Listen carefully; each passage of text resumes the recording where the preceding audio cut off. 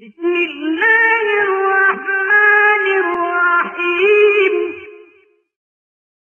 هو الله الذي لا إله إلا هو الملك القدوس السلام المؤمن المهيمن العزيز الجبار المتكبر ربنا صل على أحمد خير المرسلين وعلى الساقي على الحوض أمير المؤمنين وعلى فاطمة الزهراء أم الأكرمين وعلى السبطين والسجاد زين العابدين وعلى الباقر والصادق علما ويقينا وعلى الكاظم موسى والرضا فضلا ودينا والتقي الخشع الباسط بالجود يمينا وعلى الهادي الذي أشرق كالشمس جبينا والزكي العسكري الحسن الخلق أمينا وعلى القائم بالقسط مغيثا ومعينا الياسين الهداة الطيبين الطاهرين ربنا سيدنا صل عليهم أجمعين. أعوذ بالله السميع العليم من الشيطان الرجيم. بسم الله الرحمن الرحيم.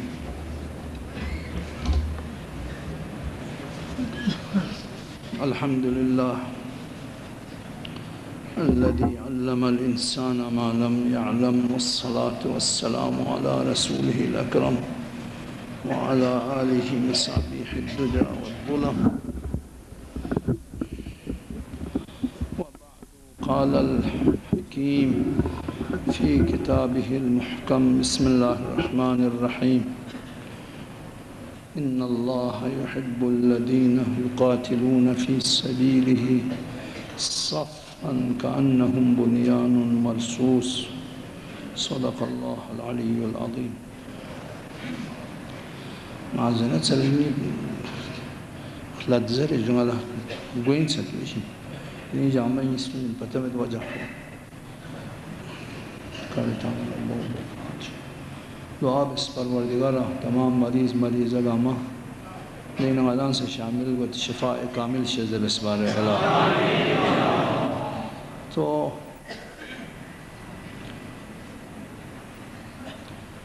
جس کیفیت میں درس تفسیر دینا چاہیے غالباً وہ نہیں ہو رہا، پھر بھی ہماری کوشش ہوگی انشاءاللہ. کل ہم بتا رہے تھے عیسائی شریفہ کے بارے میں کہ اللہ تعالی محبت کرتا ہے. ان اللہ یحب الذین یقاتلون فی سبیلہ، ان لوگوں سے اللہ تعالی محبت کرتا ہے، ان کو دوست رکھتا ہے. کن کو کن سے اللہ محبت کرتا ہے، کن کو دوست رکھتا ہے اللہ تعالی؟ الذین، وہ لوگ کہ یقاتلون، وہ دشمن سے برسر بیکار ہوتے ہیں. لیکن کس حالت میں بیکار ہوتے ہیں؟ صف بستہ منظم ہو کر. ایک سب سے پہلے فی سبیل ہی، ان اللہ یحب الذین یقاتلون فی سبیلہ، اللہ کے راستے میں، عقیدے کی راہ میں، اسلام کی سربلندی کے لیے لڑتے ہیں، دشمن سے برسر بیکار ہوتے ہیں. فقط فی سبیل اللہ. کوئی شخصی، کوئی ذاتی اغراض دنیاوی ان کے سامنے نہیں ہوتے. وہ فقط اعلاء کلمہ حق، یعنی کلمہ حق کی بلندی کے لیے، وہ ابطال باطل اور باطل کی نیست و نابودی کے لیے دشمن جو برسر پیکار ہیں جو سامنے ہیں وہ چاہتے ہیں کہ اسلام کی بول بالا نہ ہو، ان کے مقابلے میں یہ لوگ کھڑے ہوتے ہیں، فی سبیلہ، اللہ کے راستے میں وہ جہاد کرتے ہیں، مقاتلہ کرتے ہیں، لڑتے ہیں۔ ایک یہ، اور دوسری بات جو ہم نے کی کہ صفاً وہ منظم ہو کے لڑتے ہیں، منتشر نہیں ہے، کوئی ادھر سے آرڈر کرے یوں کرے، کوئی ادھر سے آرڈر کرے یوں کرے، نہیں، ایک ہی رہبریت ہے، ایک ہی رہبر ہے، رہبریت کی احکام کی تعمیل من وعن، یہ جو اللہ تعالیٰ کے راستے میں لڑنے والے ہیں وہ اسی پہ چلتے ہیں، ایک منظم ہو کے نظام کے ساتھ صف بستہ، کہیں دشمن کے لیے معمولی سا موقع نہیں دیتا، کوئی بھی، جیسا کہ کانہم بنیان مرصوص کہا نا، مستحکم مضبوط، کہ سیسہ پلائی کی عمارت کی طرف یا سیسہ پلائی کی دیوار کی طرح، کہ اس میں کوئی گنجائش نہیں ہے۔ فرض کرے اگر کوئی ڈیم بنا ہے جس کو عربی میں سد کہتے ہیں، اگر ڈیم بنانا ہو اس میں اگر سیسہ پلائی کی دیوار اگر کھڑی کی جائے تو کوئی ایک قطرہ پانی بھی وہاں سے باہر گزرنے کی گنجائش نہیں ہوتا۔ سیسہ پلائی سے مقصد یہ ہے۔ اسی طرح دشمن کے مقابلے میں جو مسلمانوں کا فوج جو صف آراستہ ہے، وہ ایک تو فی سبیل اللہ، عقیدے کے راستے میں، اللہ کے راستے میں، دین کے لیے، اور دوسری بات ہے کہ وہ منظم ہوتا ہے، کانہم بنیان مرصوص، مضبوط اس حد تک کہ دشمن کے ایک فرد بھی، پہلوان ہی کیوں نہ ہو، گروہ ہی کیوں نہ ہو، ایک دستہ ہی کیوں نہ ہو، ان کے بڑے پہلوان کے دستے ہی کیوں نہ ہو، مسلمانوں کے صف اول سے گزر نہیں سکتا۔ اس طرح کانہم، جو جیسا کہ اس ڈیم سے ایک قطرہ پانی بھی سیسہ پلائی ہوئی دیوار سے پانی نہیں گزرتا، اسی طرح تھوڑی سی اس آیت پر غور کرنے کی ضرورت ہے۔ ہم پھر ہم سے التجا کرتے ہیں، علم دوست بن دیجئے، اور بذات خود علم کو ہی آپ محبت کیجئے۔ علم اپنے جگہ پر ایک روشنی ہے۔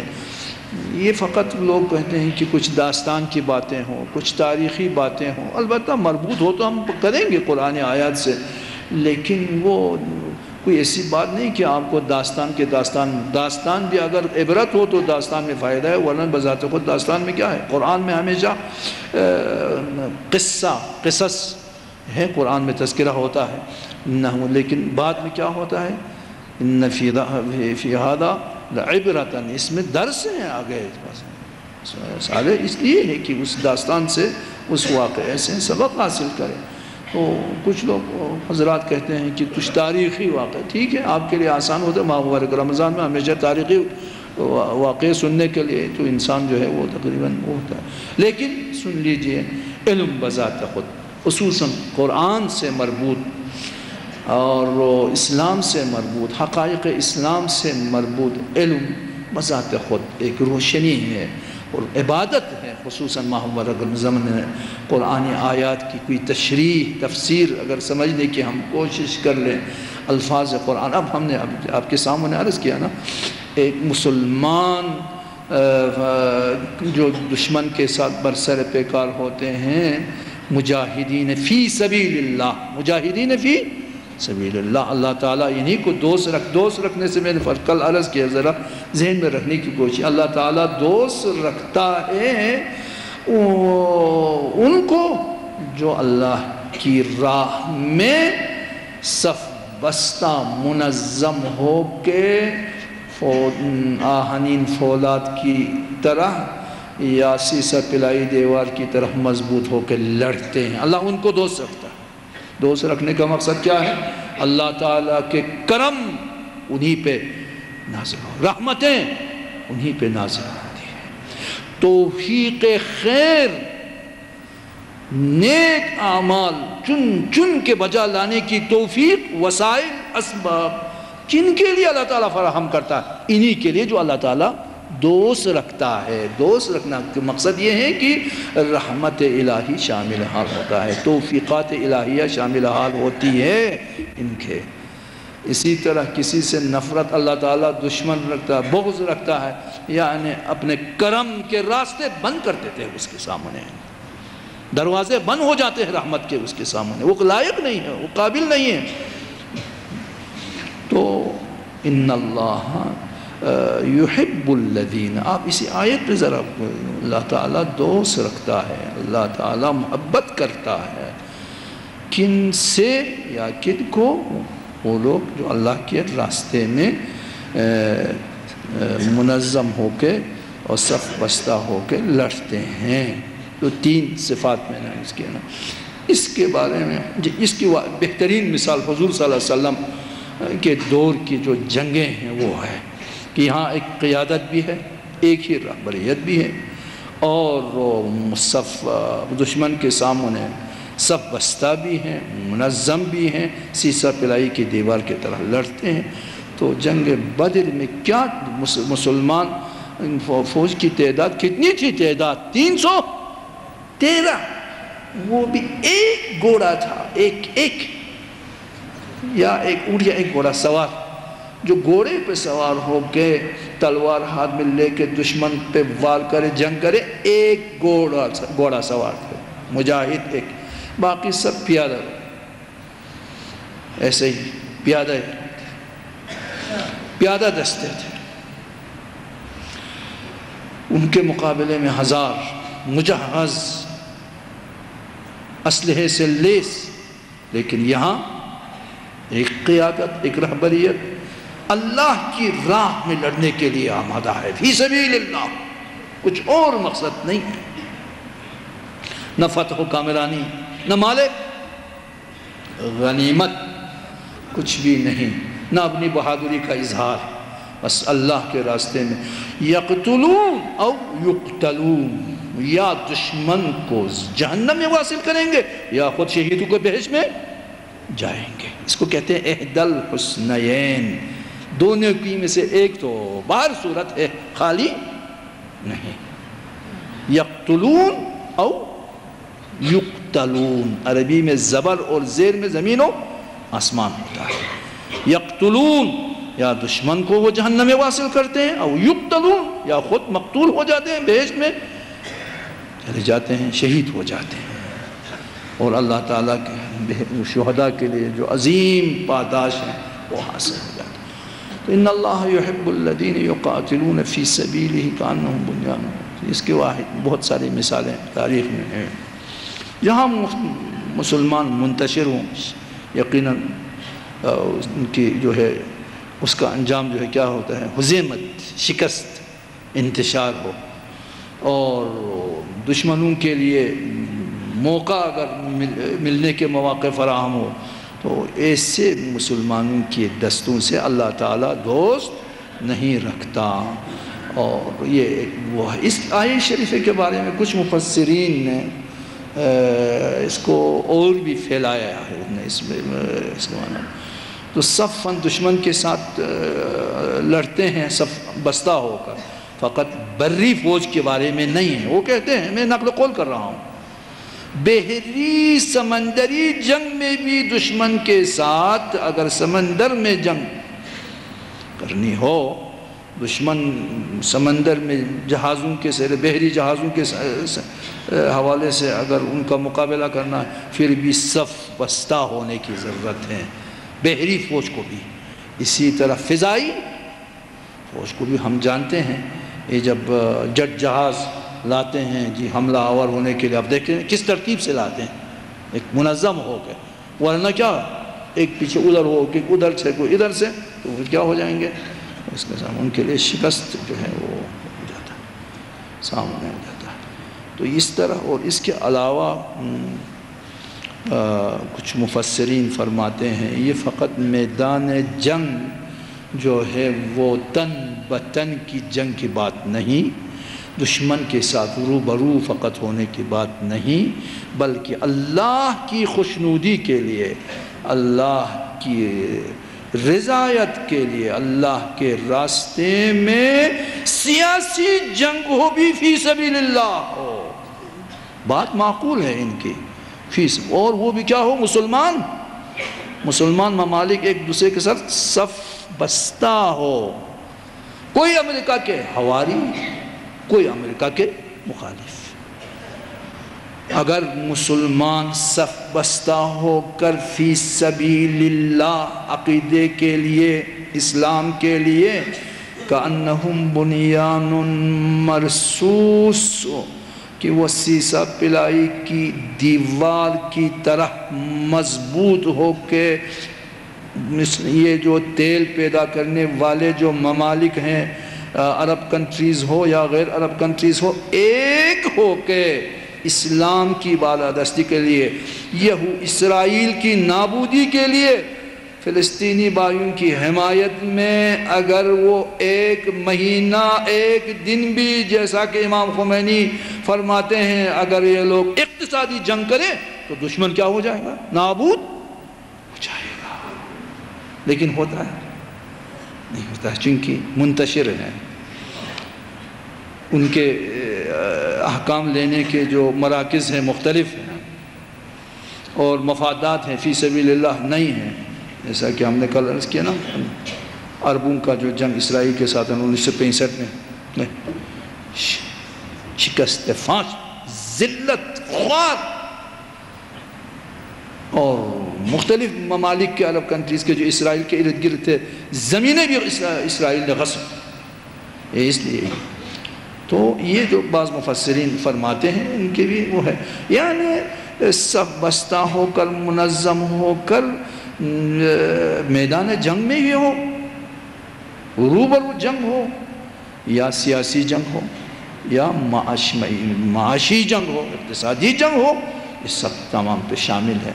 اور تاریخ بھی یہی ہمارے سامنے ہے، حضور صلی اللہ علیہ وسلم کی سنہری زندگی ہمارے سامنے ہے، اور کس مختصر وقت میں مدینے میں ہجرت کرنے کے بعد مختصر ایک چھوٹی سی حکومت تھی، اس کا ایک منظم عسکری ایک قیادت تھی، اور اسی کے تحت کتنے جنگیں لڑی ہیں حضور صلی اللہ علیہ وسلم کے دور میں، کتنی جنگیں، اور وہ جو چھوٹی جنگیں اب ان کو بھی حساب کریں نا، ماشاءاللہ بہت ساری وہ ہے جو واقعات ہیں، تو اس سے ہم سبق بھی حاصل کرتے ہیں۔ میں نے آیت اللہ العظمیٰ خوئی کی در تفسیر کو مطالعہ کر رہا تھا، ہم در نجف اشرف میں ہم خود تدریس بھی کرتے تھے، البیان فی تفسیر القرآن، کاش ایک جلد کے علاوہ نہیں ہے، اور اگر اس کے اور بھی آیت اللہ العظمیٰ خوئی قدس اللہ روحہ الزکیہ اگر وہ تحریر فرماتے تو ماشاءاللہ میرے خیال میں دنیا کے سب سے بہترین تفسیروں میں سے یہ تفسیر بن جاتا ہے، اتنی ان کی عربی سلیس ہے، آیت اللہ العظمیٰ خوئی کی عربی سلیس، فصاحت بلاغت سے بری۔ میں ایک جملہ عرض کروں پھر یہ جو اپنے مقصد پہ پھر میں آ جاؤں گا۔ ایک جگہ پر قرآن کی چیلنج کے حوالے سے، قرآن معجزہ ہونے کے حوالے سے، فصاحت و بلاغت کے حوالے سے آپ فرماتے ہیں قرآن جو ہے وہ فصاحت و بلاغت کے حوالے سے معجزہ ہے، یہ وہی الف با تا سا ہے جو عرب والے استعمال کرتے ہیں، وہی حروف ہے، وہی زبان ہے، کوئی انوکھی زبان نہیں ہے، الگ زبان نہیں ہے، بلسان عربی مبین، عربی مبین، واضح عربی لسان ہے، کوئی اور نہیں۔ تو پھر کیا وجہ ہے کہ وہ جن و انس بھی ایک دوسرے کے ساتھ ہاتھ ملا کے بھی مقابلہ نہ کر سکے، قرآن کا ایک سورے کے مقابلہ نہیں کر سکتے، عجیب ہے نا۔ تو اس وقت آیت اللہ العظمیٰ خوئی کا جو خود ان کا بیان اتنی خوبصورت ہے اس سلسلے میں، فرماتے ہیں مجھے یاد ہے کہ اگر یہ لوگ مقابلہ کر سکتے تھے کفار قریش، مشرکین، یہود و نصارہ، ان سے مل کے، ان کی معاونت سے، ان کی مدد کے ساتھ اگر کر سکتے، ایک سورہ بھی ولما قابل اللسان بالسنان، زبان کے مقابل میں سنان نہ لاتے. دیکھیں کتنی خوبصورت عربی ہے. ولما قابل اللسان بالسنان، سنان نیزے کو کہتے ہیں. زبان تھا نا، ایک عربی زبان میں ایک سورہ لاتے ہیں، اس کے مقابلے میں بدر، احد، حنین کی کوئی ضرورت نہیں تھی. وَلَمَا قَبَلُ الْحُرُوفَ بِالسُّيُوفِ، کتنی فصاحت ہے. اور اگر یہ لوگ مقابلہ کر سکتے تھے، ایک سورہ لا سکتے تھے، تو حروف کے مقابلے میں سیوف نہیں لاتے. تلوار ہی تھا، سیوف عربی میں تلواریں. وَلَمَا قَابَلُ الْحُرُوفَ بِالسُّيُوفِ وَلَمَا قَابَلُ اللِّسَانَ بِالسِّنَانِ. خود آخوی کی آیت اللہ خوئی کی عربی کتنی خوبصورت ہے. تو قرآن تو ماشاءاللہ وہ معجزہ ہے نا جی. ولید جو ان کا سردار تھا، ولید ابن مغیرہ مخزومی، اس کو بھیجا کہ قرآن کے بارے میں تم بھی کوشش کرو کہ وہ قرآن کے مقابلے میں کوئی سورہ، کوئی اس طرح مقابلہ کرنے. ہو گیا حضور صلی اللہ علیہ وسلم کی خدمت میں. آپ حجر اسماعیل میں تلاوت آیات الہی ورد کر رہے تھے. اصحاب جو اس وقت جو ایمان لائے تھے، مختصر ایک دو چاند پر کچھ گھرانے تھے، وہ سن رہے تھے. واپس آیا، وہ سارے بیٹھے ہوئے تھے. میٹنگ تھی ان کی. صنادید قریش، جو ان کے بڑے بڑے بزرگان قریش، اعیان قریش، عمائدین قریش، کہتے بھائی ولید کیا بات ہے، کیا ہے محمد کے بارے میں بتاؤ صلی اللہ علیہ وسلم. کیا ہے جو محمد نے جو لایا ہے، یہ کتاب کیا ہے، اس کے بارے میں. کہا میں نے بہت دقت کیا. وہ کہنے لگا سن لو، عجیب سا ہے. ان ظاہرہ انیق، اس کلام کی جو محمد نے جو عربی ہے، ان کی ظاہر اتنی خوبصورتی ہے، اتنی خوبصورتی ہے، فصاحت بلاغت سے بری ہوئی ہے. وَإِنَّ ظَاهِرُهُ عَنِيقٌ وَبَاطِنَهُ یا وَاطِنُهُ عَمِيقٌ. اس پر غور کیا جائے اور بھی عمق، گہرائی گہرائی گہرائی. ظَاهِرُهُ عَنِيقٌ بَاطِنُهُ عَمِيقٌ. ان اعلاہ، جب میں اس کلام کے اوپر کے حصے پر میں غور کرتا ہوں، ان اعلاہ لمثمر، ایک پھلدار درخت کی طرف کتنی شاخیں پھیلی ہوئی ہیں، پرثمر ہے، پرثمر ہے. میوے ہی میوے ہیں، علم اور حکمت کی اتنے میوے ہیں، حکمت سے بری ہوئی کلام ہے. ان اعلاہ لمثمر، حکمت اور علم اور عقل اور دانش کی ثمر سے، پھل سے بڑا ہوا ہے. وَإِنَّ أَسْفَلَهُ، نیچے اور ایک سائڈ پر اگر میں توجہ کرتا ہوں، وہ خود کافروں کا وہ ہے نمائندہ. وَإِنَّ أَسْفَلَهُ لَمُغْدِقٌ، جب دیکھتے ہیں اس کلام کی جڑیں سمندر علم و عرفان میں کیا ہے، جڑیں ہوئی ہے. وَإِنَّهُ يَعْلُو، میں تو پیشن گوئی کرتا ہوں. سن لو صنادید قریش، یہ کلام ابھرتا جائے گا، ابھرے گا. یعلو، بلند ہوگا، بلند ہوگا. وَلَا يُعْلَى عَلَيْهِ، اس پر کوئی کلام کی، کسی کلام کی برتری نہیں ہوگی. دیکھو نا بندہ خود کتنا فصیح ہے. خزل قاتلہ اللہ، اللہ اس کو نابود کرے. خود ولید کتنے فصیح ہے جو قرآن کے بارے میں گفتگو کر رہا ہے نا. ان ظاہرہ عنیق وباطنہ عمیق، ان اعلاہ لمثمر وان اسفلہ لمغدق وانہ یعلو ولا یعلی علیہ.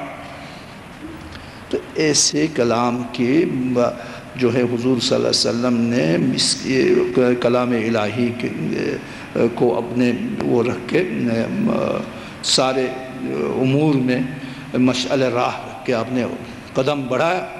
نتیجہ دنیا کے سامنے.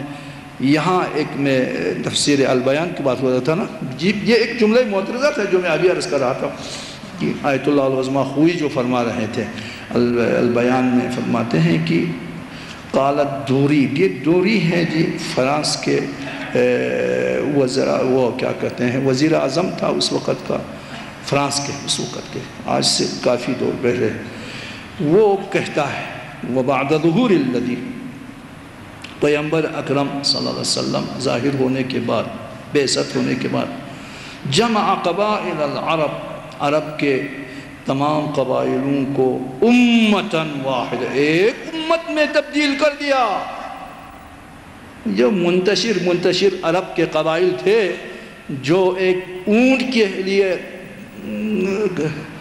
کئی سال ایک دوسرے کے ساتھ کیا کرتے تھے، وہ لڑتے تھے، معمولی سی بات پر لڑتے تھے، ان سب کو یہ کہتا ہے فرانس کے جو وزیر اعظم ہے آیت اللہ ہوئی اپنی تفسیر بعد ظہور الذی جمع قبائل العرب امتاً واحدہ، ایک امت میں اس نے تبدیل کیا، تقصد مقصدا واحدہ، جن کا ایک ہی مقصد تھا، وہ کیا ہے؟ اسلام کا بول بالا ہو، نظام میں اسلامی دنیا میں رائج ہو، نافذ ہو، یہ ان کا ایک مقصد تھا۔ تقصد مقصدا واحدا ظہرت العیان امت کبیرہ، اور وہ ایک مختصر وقت میں بڑی امت کی شکل اختیار کر گئی۔ یار یہ جو عرب کے جو ان کے کھانے کے لیے پینے کے لیے بھی نظام نہیں تھا نا، تشربون القدر، نہج البلاغہ امیر المومنین کا سلب ہوتا، ہاں گدلا پانی، سڑا ہوا پانی پیتے تھے تم لوگ، صاف پانی بھی تمہارے لیے میسر نہ تھا، بلک پنی پھوم کو نوکتو پی کھیلچو تم ان پشو، تشربون القدر وتأکنون الجشب، کوئی مناسب کھانا بھی تمہارے، حیوانوں کے غذا جو ہے تمہارے غذا تھے، تم لوگوں کو معیشت بھی دی اسلام نے، رہن سہن کے آداب بھی دیا، کس نے دیا؟ اسلام نے۔ تو وہ کہتے ہیں کہ ظہرت العیان امت کبیرہ، وہ ایک بڑی امت کی شکل اختیار کری، مدت جناح ملکہا من نہر تاج اسپانیہ الى نہر الجنج فی الہند، اسپانیہ کے دریائے ٹینک سے لے کر ہندوستان کے کیا تک، یہ جو ان کا مقدس جو وہ ہے دریا ہے، ہاں گنگا، اس کو عربی میں جانج کہتے ہیں، چونکہ عربی میں گاف نہیں ہے نا، مدت جناح ملکہا، یہ محمد عربی کی حکمت عملی تھی، مختصر مدت میں کہ حکومت پھیل گئی کہاں سے کہاں تک، من نہر تاج اسپانیہ کے دریائے ٹینک سے لے کر الى نہر الجانج، گنگا کے دریا تک، مختصر وقت میں۔ ورفعت على منار الاشادہ اعلام التمدن فی اقطار الارض، تمدن، شہریت، انسانیت کے جھنڈے بلند کیے پوری نقطۂ کرۂ ارض پر، لا حول۔ وہ کہتے ہیں، وہ فرانس کے جو وزیر ہے یا وزیر اعظم ہے آیت اللہ علیہ، ثم قال، پھر یہ کہتا ہے کہ آگے چل کر کہتے ہیں انہم کانوا فی القرون الوسطی مختصین بالعلوم من بین سائر الامم، ایک قرون وسطی میں جغرافیہ میں، تاریخ میں، ادب میں، مختلف علوم میں، پوری دنیا کے اقوام میں سب سے زیادہ امتیاز رکھنے والی جو قوم تھی، وہ قوم کیا؟ امت مسلمہ۔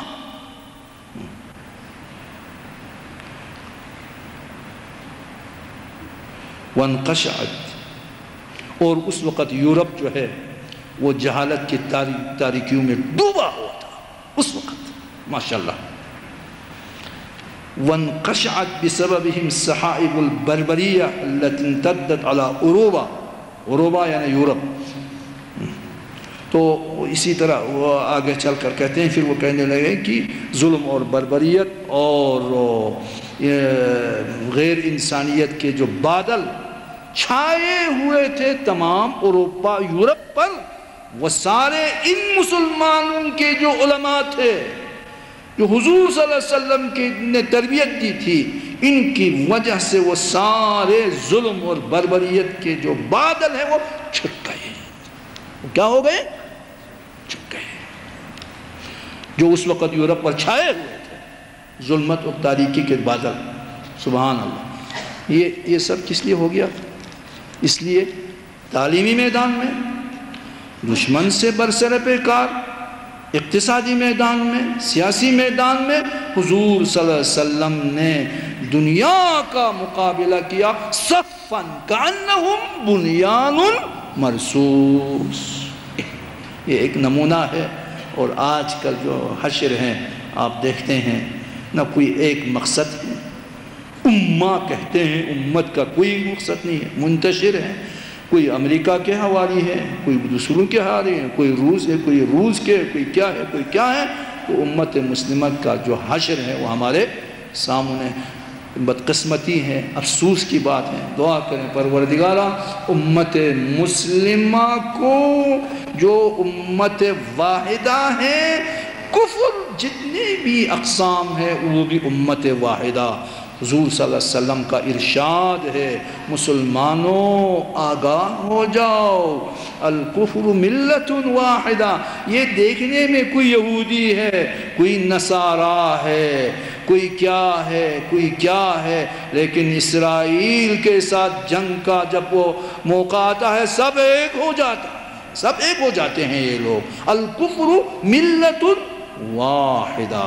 پروردگارہ جس طرح کفر ملت واحدہ ہے، ہم جو مسلمان منتشر ہیں ان کو بھی امت واحدہ کی شکل اختیار کر کے کفر کی جو امت واحدہ ہے ان کے مقابلہ کرنے کی توفیق عنایت کر بارے الہ.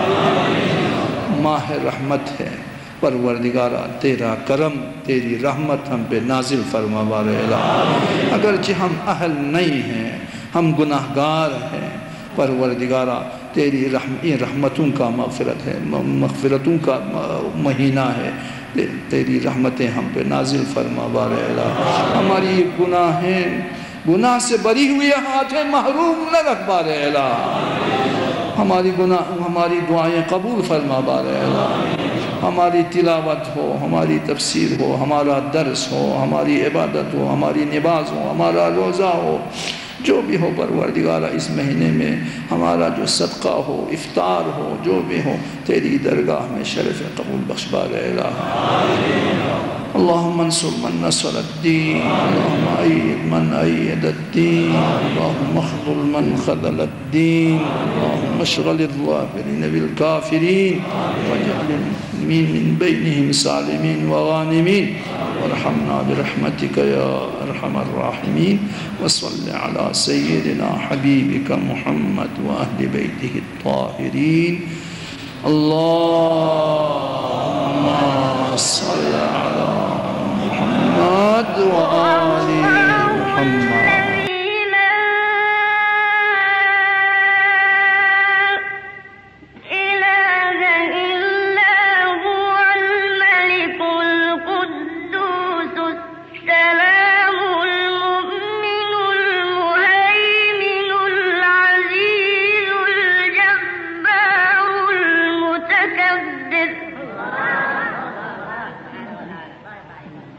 ربنا صل على أحمد خير المرسلين وعلى الساقي على الحوض أمير المؤمنين وعلى فاطمة الزهراء أم الأكرمين وعلى السبطين والسجاد زين العابدين وعلى الباقر والصادق علما ويقينا وعلى الكاظم موسى والرضا فضلا ودينا والتقي الخشع الباسط بالجود يمينا وعلى الهادي الذي أشرق كالشمس جبينا والزكي العسكري الحسن الخلق أمينا وعلى القائم بالقسط مغيثا ومعينا الياسين الهداة الطيبين الطاهرين ربنا سيدنا صل عليهم أجمعين.